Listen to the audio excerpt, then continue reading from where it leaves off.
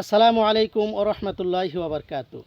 সম্মানিত বন্ধুরা, আজকে আপনাদের সামনে নিয়ে আসলাম সূরা মাউনের তেলাওয়াত এবং অর্থ। তার আগে জেনে নেব মাউন শব্দের অর্থটি কী। মাউন শব্দের অর্থ হচ্ছে সাধারণ ব্যবহারিক জিনিসপত্র। সূরা মাউনে মক্কায় অবতীর্ণ হয়। সূরা মাউন আয়াত রয়েছে 60টি, রুকু রয়েছে 1টি এবং শব্দ রয়েছে 25টি এবং অক্ষর রয়েছে 125টি। আলহামদুলিল্লাহ। এবার আমরা জেনে নেব সূরা মাউনের এক এক আয়াতে আল্লাহ তাআলা মানুষের উদ্দেশ্যে কি বলছেন।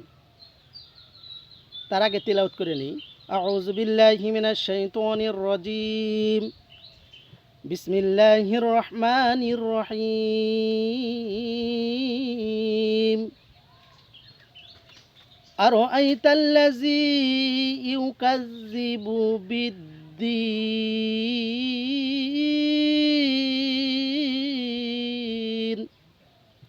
فذلك الذي يدعو اليتيم ولا يحض على طعام المسكين فويل للمصلين الذين هم عن صلاتهم ساهون الذين هم يراءون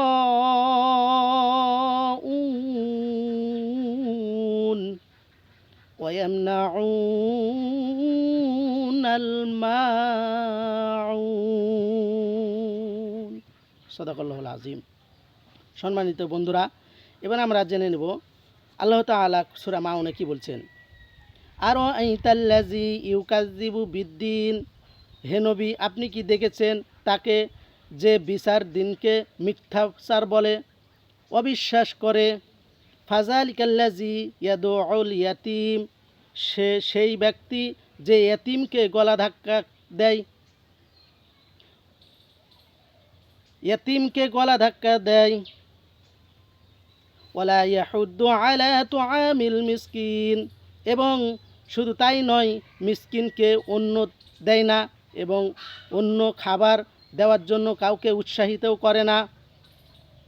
ফাওয়াইলুল লিল মুসাল্লিন, অতঃপর দুর্ভোগ যে ওই সব নামাজি, আল্লাযিনা হুম আন সলাতিহিম সাহুন, যারা তাদের নামাজ সম্বন্ধে বেখবর, নামাজ সম্বন্ধে কিছুই জানে না। নামাজে দাঁড়িয়ে তারা কি পড়ে সেই বিষয়ে কোনো জ্ঞান ধারণায় রাখে না। আল্লাযিনা হুম ইউরাউন, যারা তা লোক দেখানোর জন্যই নামাজ পড়ে থাকে।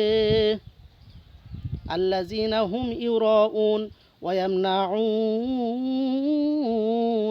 মাউন, শুধু তাই নয়, এবং নিত্য দিনের ব্যবহারিক বস্তু অন্যকে দেয় না, নিজেও তো দেয় না, অন্যকে দেওয়ার জন্য উৎসাহিতও করে না।